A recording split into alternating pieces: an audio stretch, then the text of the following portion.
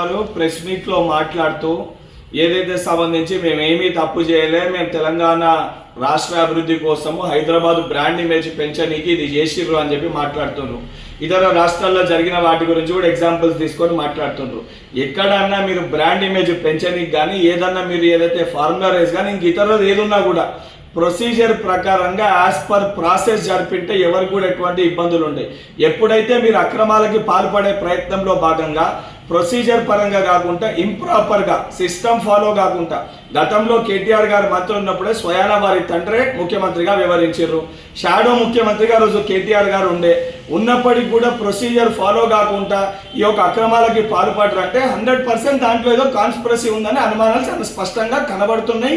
And కళ్ళకి కట్టినట్టుగా ఈరోజు ఏదైతే మీరు మాట్లాడిన మాటలు చూస్తుంటే ఆ రకమైన మాటలు కూడా మీ నోట్లోకి వెళ్ళి వస్తున్నాయి.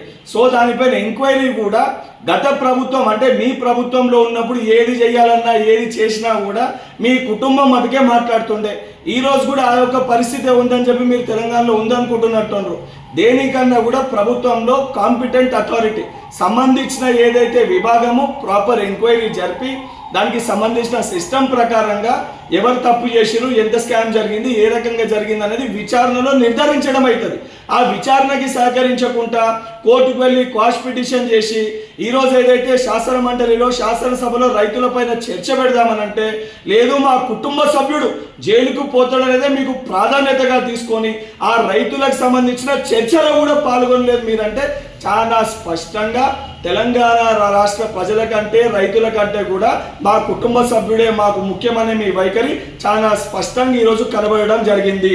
నిజంగా మీరు తప్పు చేయకపోతే గతంలో కేటీఆర్ గారు మీరిద్దరు ప్రెస్ మీట్లో మాట్లాడుతూ జైలుకు పోతే ఏముంది, విచారణలో తేల్చుకోవాలి, తప్పు చేయకపోతే దాన్ని ప్రూవ్ చేసుకొని ఆనిముత్యాలుగా బయటికి రావాలని మీరే చెప్పారు.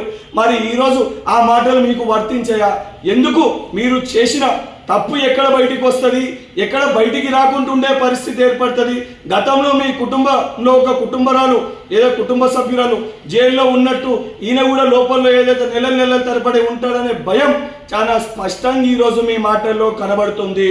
100% తెలంగాణ రాష్ట్ర సొమ్ముని సొంత ప్రయోజనాల కోసము ప్రాజెక్టుల పేరుట ఏ స్కీమ్ తీసుకొచ్చినా ఏ రకంగా స్కామ్ చేయాలని ఆలోచించి మీరు ప్రవేశపెట్టిన అన్నిటిపైన ఎంక్వైరీ జరుగుతుంది. ఆ సంబంధించిన కాంపిటెంట్ అథారిటీ చర్యలు తీసుకుంటుంది. 100% తప్పు నిర్ధారణ అయిన తర్వాత కటకటాల్లో కూడా నెట్టడం జరుగుతుంది. నిజంగా మీరు తప్పు చేయకపోతే ఈ యొక్క విచారణకి సహకరించాలి తప్ప ఇటువంటి డొంక తిరుగుడు మాటలు మాట్లాడి కేటీఆర్ గారు మతిస్థిమితం కోల్పోయినట్టు ఇప్పుడు హరీష్ రావు కూడా అదే లెక్క మతిస్థిమితం కోల్పోయి మాట్లాడుతుండు. ఇటువంటి మాటలు మాట్లాడితే రేపు పొద్దున తెలంగాణలో తిరిగితే తెలంగాణ ప్రజలు మిమ్మల్ని కొట్టే పరిస్థితి ఏర్పడుతుంది.